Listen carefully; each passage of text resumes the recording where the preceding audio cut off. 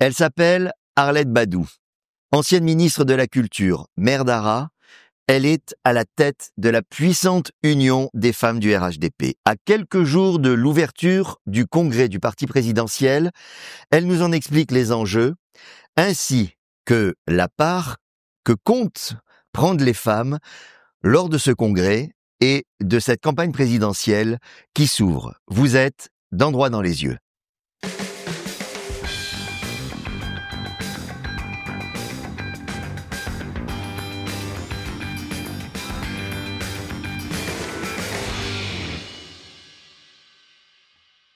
Bonjour madame. Bonjour. Merci beaucoup d'avoir accepté l'invitation de cette info à quelques jours de l'ouverture du congrès déterminant du RHDP. Alors les Ivoiriens se posent beaucoup de questions sur cette campagne présidentielle, sur cette élection présidentielle, et vous êtes ici pour nous éclairer. Mais avant cela, j'aimerais savoir quelle place vous souhaitez en tant que présidente des femmes du RHDP, quelle place vous souhaitez que les femmes prennent durant ce congrès et durant cette campagne qui s'ouvre? Bien, je voudrais d'abord vous remercier pour l'opportunité que vous nous donnez de donner notre position, de donner notre vision concernant plusieurs actualités, mais principalement le congrès du 21 et 22 juin 2025. Et pour vous dire vrai, nous avons déjà, au niveau de l'Union des femmes du RHDP, nous avons déjà pris la pleine mesure de notre rôle durant ce congrès. Nous avons le rôle de mobilisation de toutes ces femmes engagées, déterminées à aller pour se prononcer sur les 3 thématiques qui vont être posées lors de ce congrès. Qui sont ? La vie générale de notre parti, la désignation de notre candidat et surtout l'élection du président du parti. Vous dites que les femmes sont la colonne vertébrale, c'est votre mot, bien entendu, de cette campagne. Qu'est-ce que vous voulez dire par là? Les femmes ont toujours constitué la colonne vertébrale du parti, ouais. Et nous comptons renforcer cette position par... Et cette image, c'est pour dire que c'est un rôle central. C'est un rôle central. C'est un rôle central. Vous savez, rien ne peut se faire sans la mobilisation des militants. Et quand on prend le RHDP, les femmes sont avant-gardistes. Nous avons toujours été au devant de la lutte, au devant des combats, au devant des grandes questions, et nous comptons jouer ce rôle-là. Alors, rôle central pour la mobilisation, pour la lutte. Est-ce que pour autant, vous estimez qu'une fois que les choses sont terminées, les femmes ont toujours un rôle central dans la gouvernance du parti ou bien dans la gouvernance du pays? Bien entendu. Je crois que les choses sont crescendo en train de se mettre en place.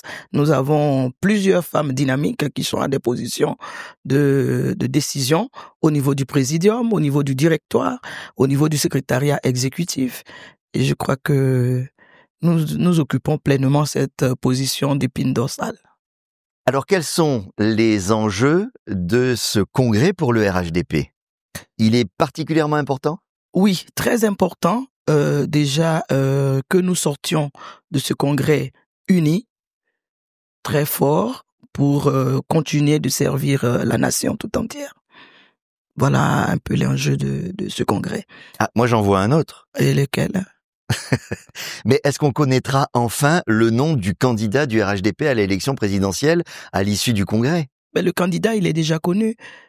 Tous les militants, à travers les pré-congrès, à travers les cérémonies d'hommage, à travers les femmes, les jeunes et la haute direction, on a déjà proclamé le candidat. Le candidat, c'est le président Alassane Ouattara.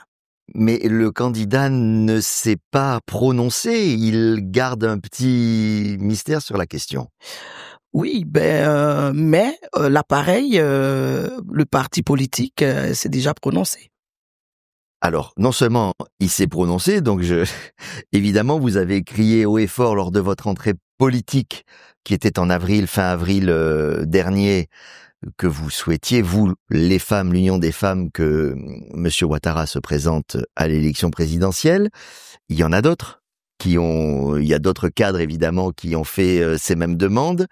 Vous-même, vous avez pris une initiative particulière, c'est que vous avez annoncé et fait le paiement de la caution de 50 millions d'euros que tout Bien candidat entendu. doit déposer pour déclarer sa candidature, et vous l'avez fait pour Monsieur Ouattara. Pourquoi vous avez pris cette initiative? Vous vouliez montrer que les femmes sont plus alassanistes que les C'est un autres? signe de reconnaissance. Oui, Un signe de reconnaissance pour tout ce qu'il a fait pour les droits de la femme, de la promotion des femmes en Côte d'Ivoire. Et nous voulons encore bénéficier de cette grande expérience, de cette stabilité qu'il a impulsée ici en Côte d'Ivoire et de cette économie soutenue que nous vivons, l'image rehaussée de la Côte d'Ivoire.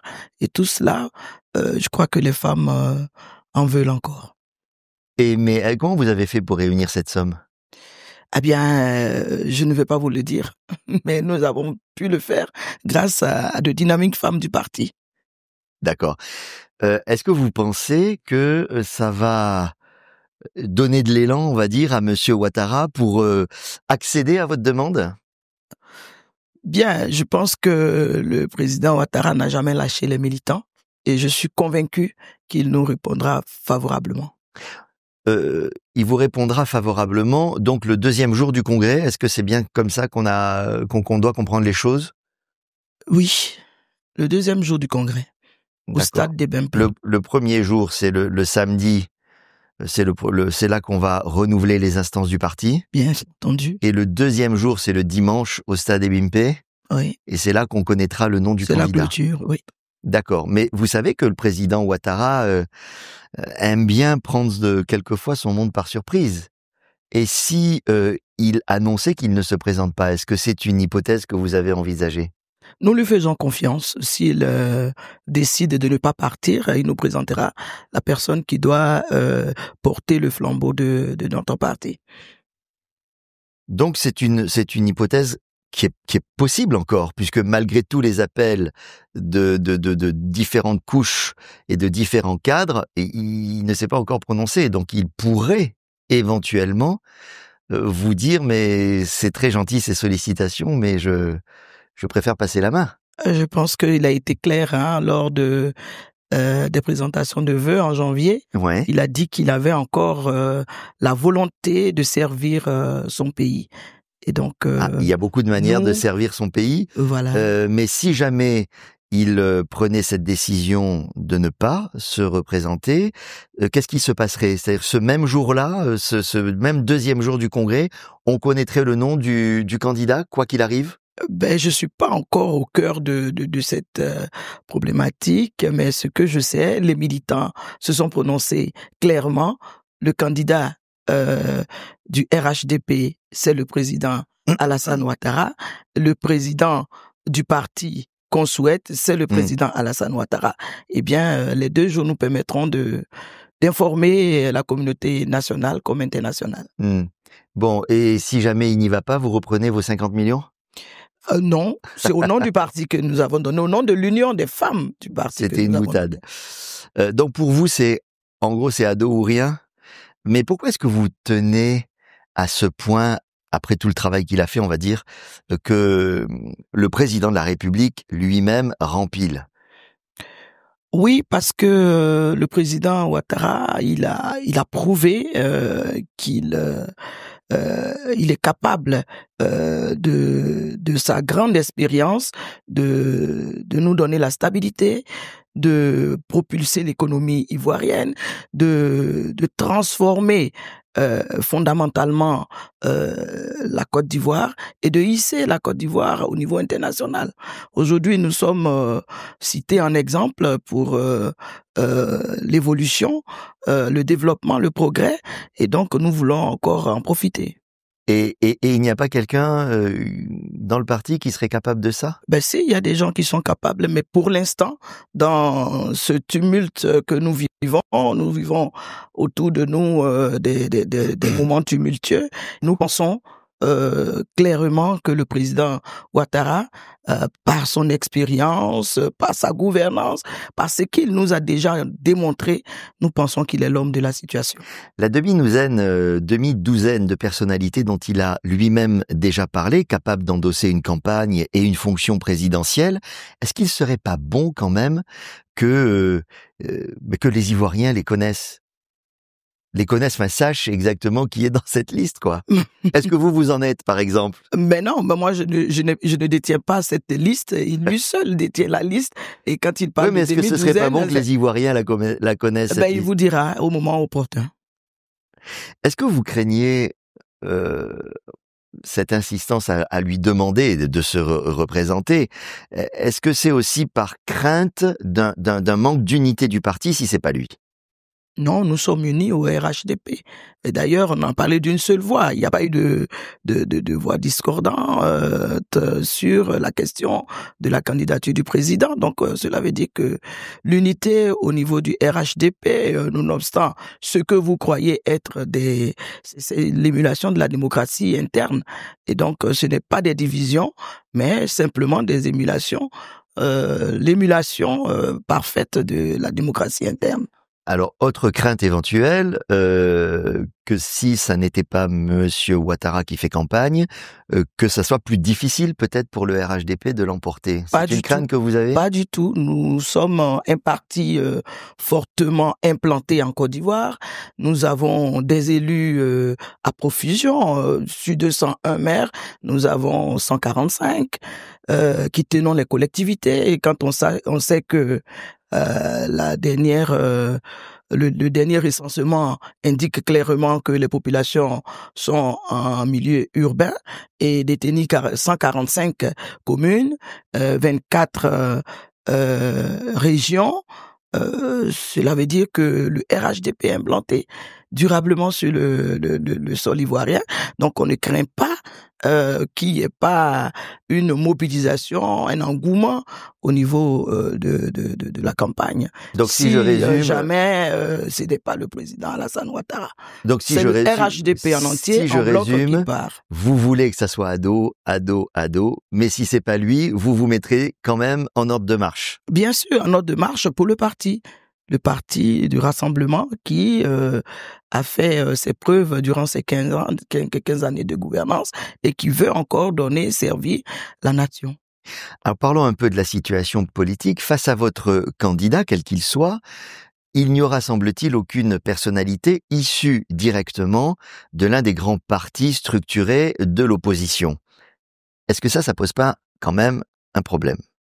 Et pourquoi ça poserait un problème? Nous sommes dans un pays de droit et chaque citoyen, selon la démocratie, a le droit de se présenter, d'exprimer ses ambitions. Chaque parti politique a le droit de désigner légitimement et légalement ses candidats.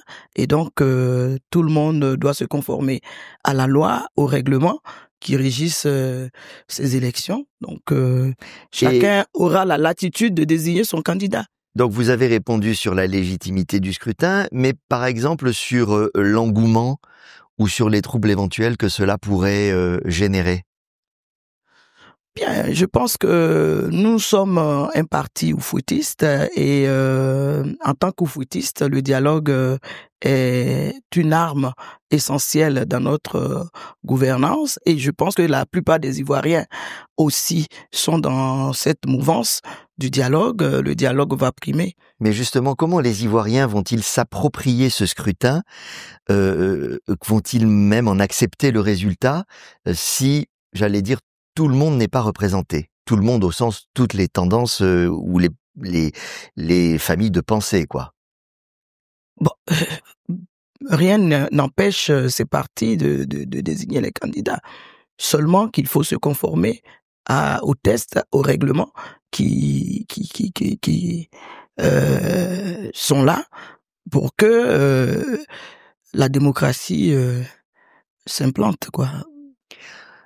Sans revenir sur les raisons juridiques qui font que Monsieur Thiam, Monsieur Gbagbo, Monsieur Blé Goudé, Monsieur Soro, chacun pour une raison presque qui lui est propre, ne peut pas figurer sur la liste électorale.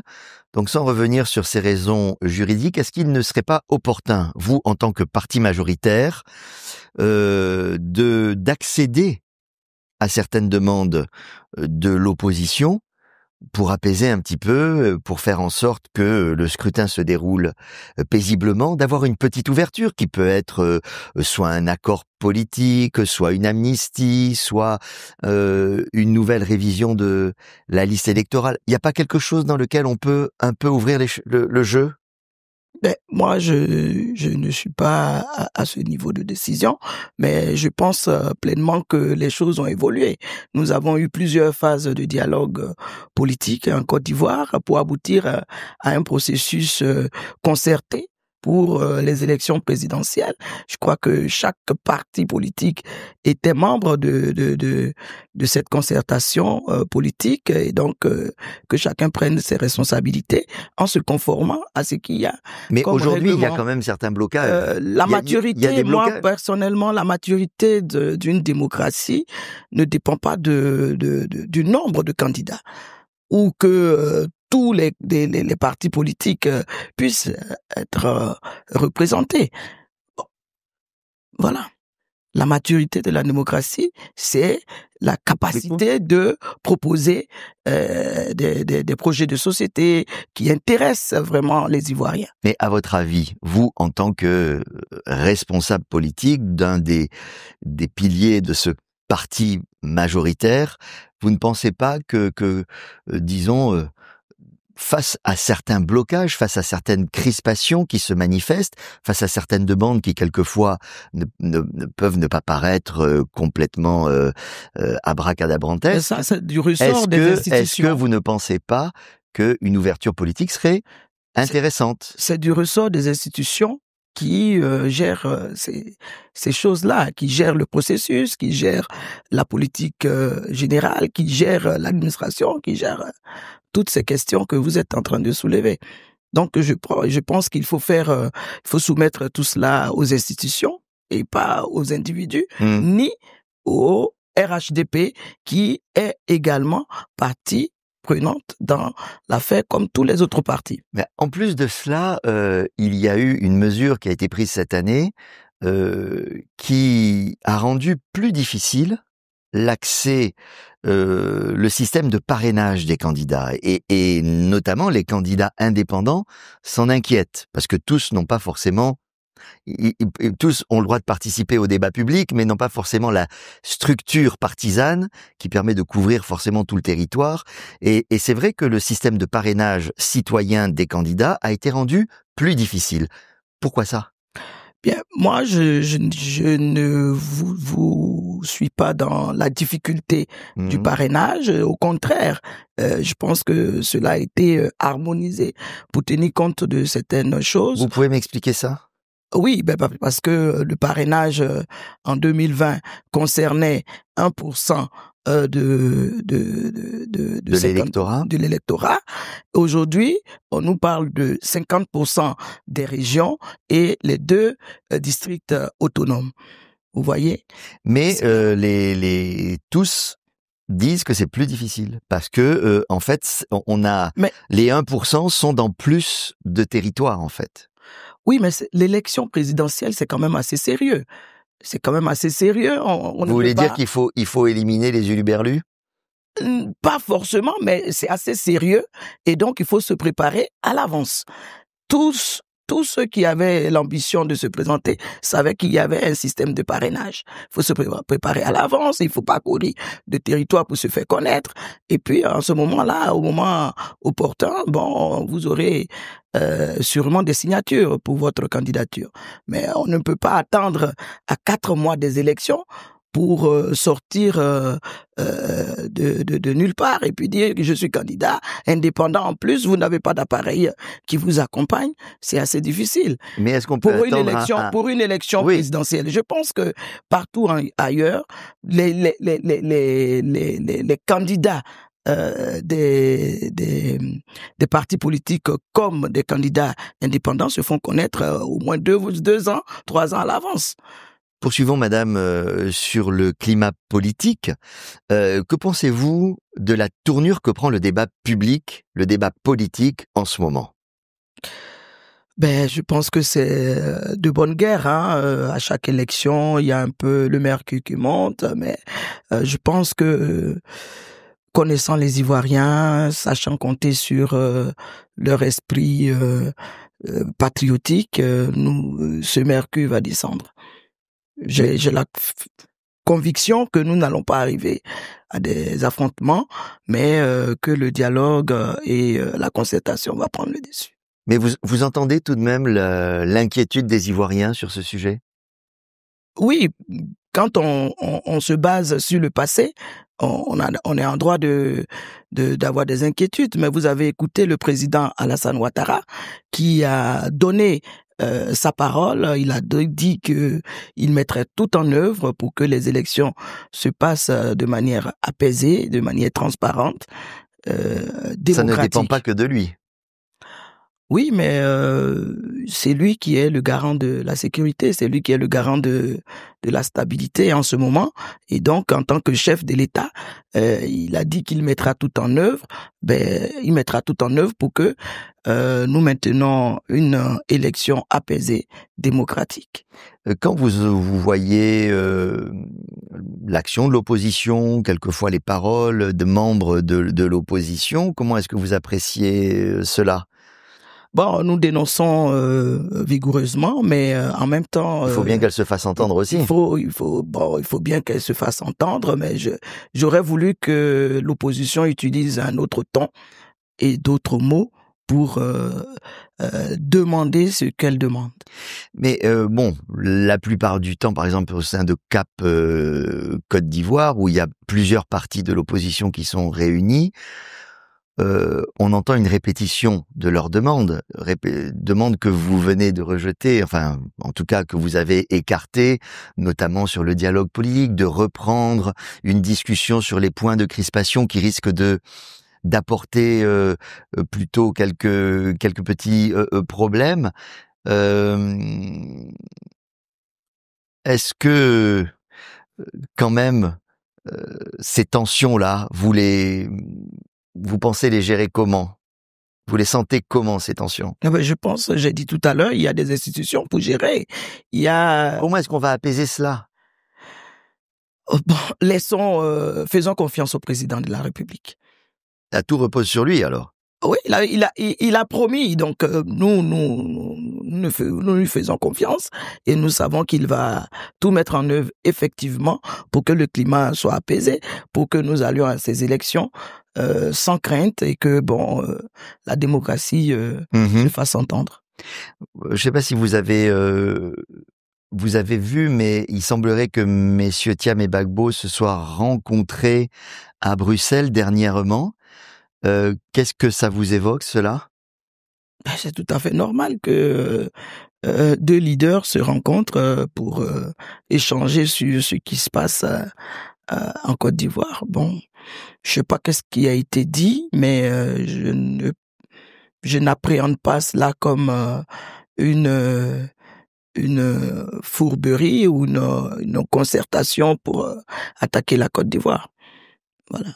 Vous dites que les femmes ont un rôle central, un rôle majeur dans la promotion de la paix et de la stabilité politique. C'était dans votre discours du mois d'avril, à la rentrée politique des femmes.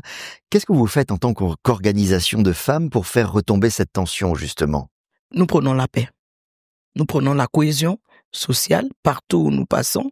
Nous n'avons que ce mot, parce que sans la paix, sans la cohésion, sans le vivre ensemble, nous ne pouvons rien espérer. Voyez-vous, nous avons passé pratiquement 30 années de crise à répétition, avec des milliers de morts. Je ne pense pas qu'une femme ivoirienne souhaite encore qu'il y ait des crises, surtout que nous sommes les premières victimes.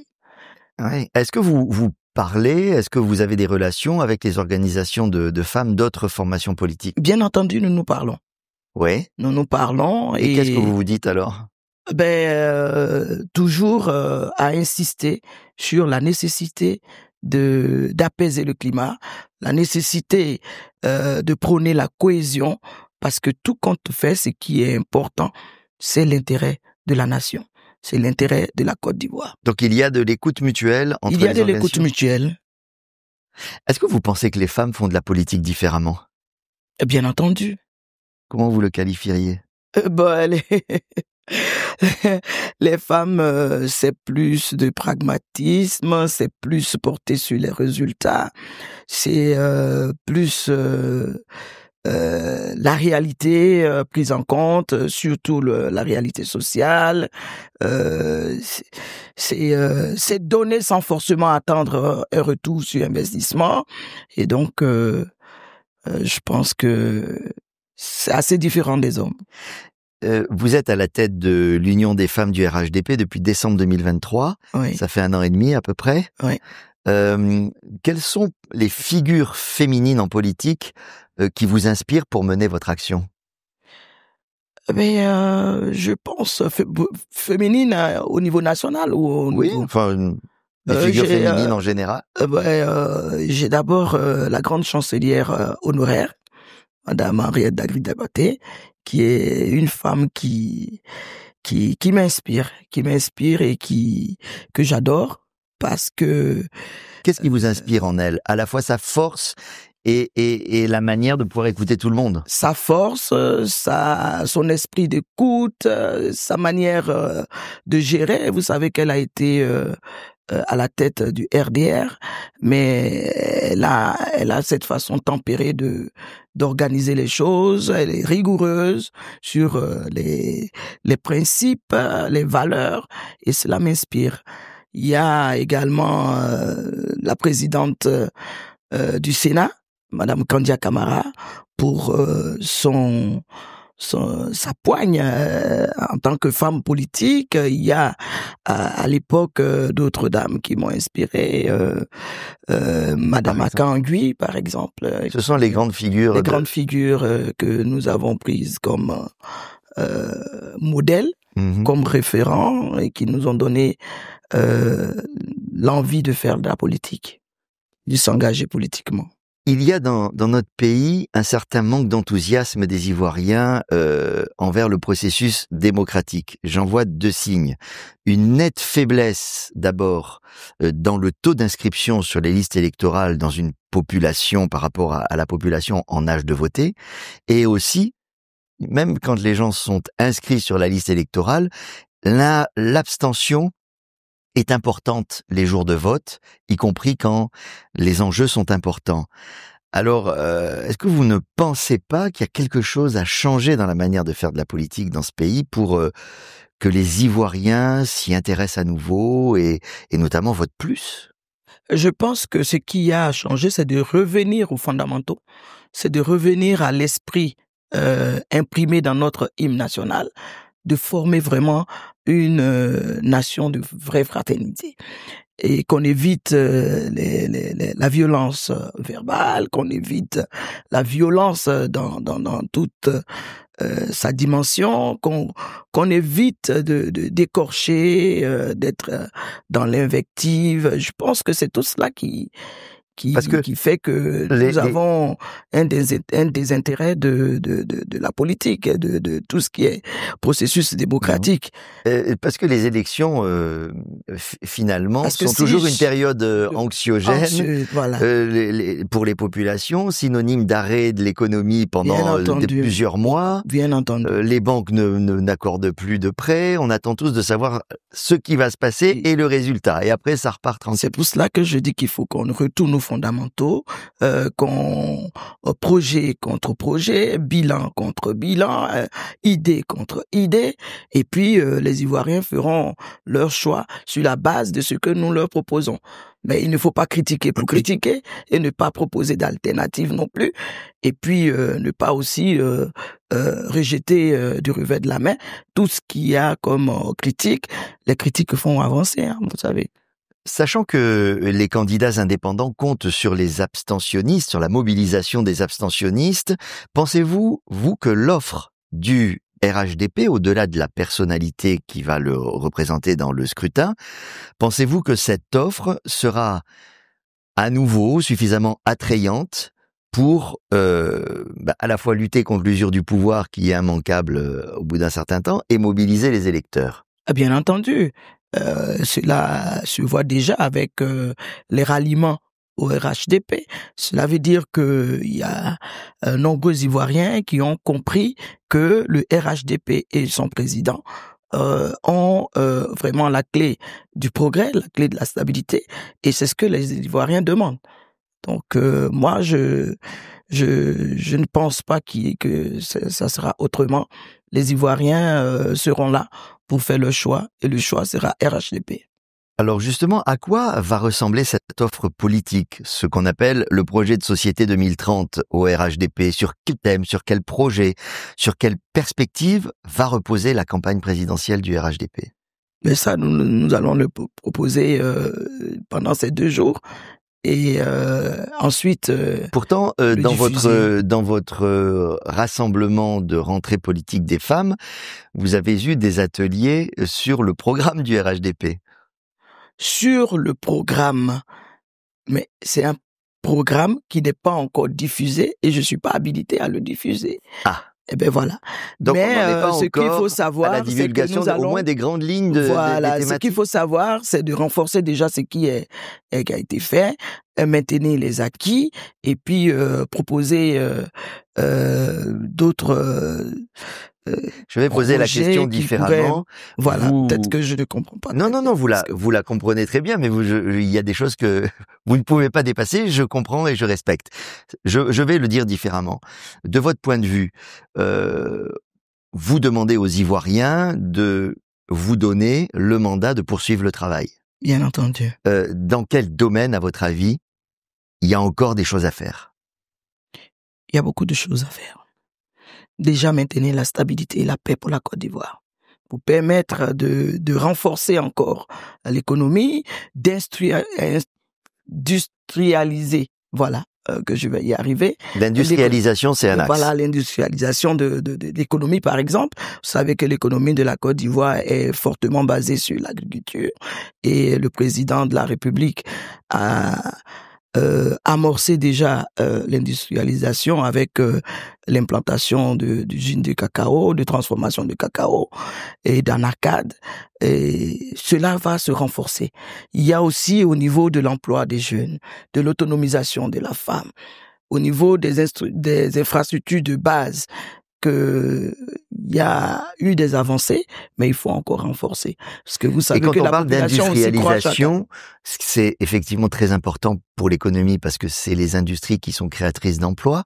Mais est-ce que vous pensez que ça parle aux Ivoiriens? Oui, la mentalité commence à changer. Il faut continuer de faire changer cette mentalité, de vouloir tous être à la fonction publique. Mais on peut devenir son propre chef d'entreprise.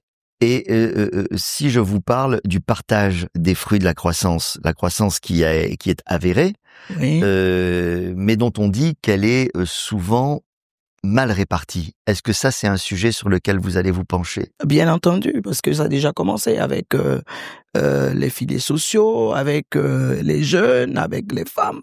Et comme je l'ai dit, ça va se renforcer.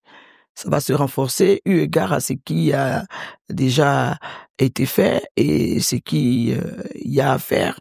Je pense que ces leviers-là seront renforcés. Votre candidat, quel qu'il soit, va s'appuyer, c'est bien normal, sur le bilan de la gouvernance du président Ouattara. Quels sont pour vous ces points forts de cette gouvernance? Qu'est-ce que vous allez mettre en avant pour gagner à nouveau la confiance des Ivoiriens? Il y a d'abord un élément fondamental que très souvent on oublie, c'est la sécurité et la paix, la stabilité du pays. Ça, nous y tenons en tant que femmes parce que sans sécurité, sans paix, nous ne pouvons pas entreprendre, nous ne pouvons rien réaliser. Et donc, déjà à ce niveau, je pense que ce sera un élément essentiel eu égard à tout le dispositif qui a été mis en place. Il y a un renforcement à faire pour maintenir cette stabilité, maintenir la paix et surtout la cohésion sociale. Alors, il y aura évidemment l'approfondissement, vous l'avez dit tout à l'heure, la continuité d'un certain nombre de politiques qui vous semblent nécessaires. Mais est-ce que vous ne pensez pas nécessaire aussi d'avoir quelque chose de neuf, quelque chose de fort à proposer aux Ivoiriens? Ça sortira du Congrès? Ça sortira du Congrès. Donc vous nous dites, il y aura quelque chose de nouveau à Il y aura entendre. forcément quelque chose de nouveau. En plus du bilan que nous avons, il y aura quelque chose de nouveau, non seulement pour renforcer les acquis, mais il y aura de nouveaux projets que nous allons proposer aux Ivoiriens. D'accord. Alors, vous y avez fait référence un tout petit peu tout à l'heure, c'est la politique de la femme qui a été menée par le président Ouattara. Elle est généralement saluée. Qu'est-ce que vous pouvez en dire? Comment est-ce que vous la définissez? Nous la définissons comme une politique innovante de promotion de la femme, de valorisation de la femme et surtout d'autonomisation. D'autonomisation de sorte à ce que chaque femme puisse être un acteur essentiel dans sa famille, dans son environnement, dans sa communauté.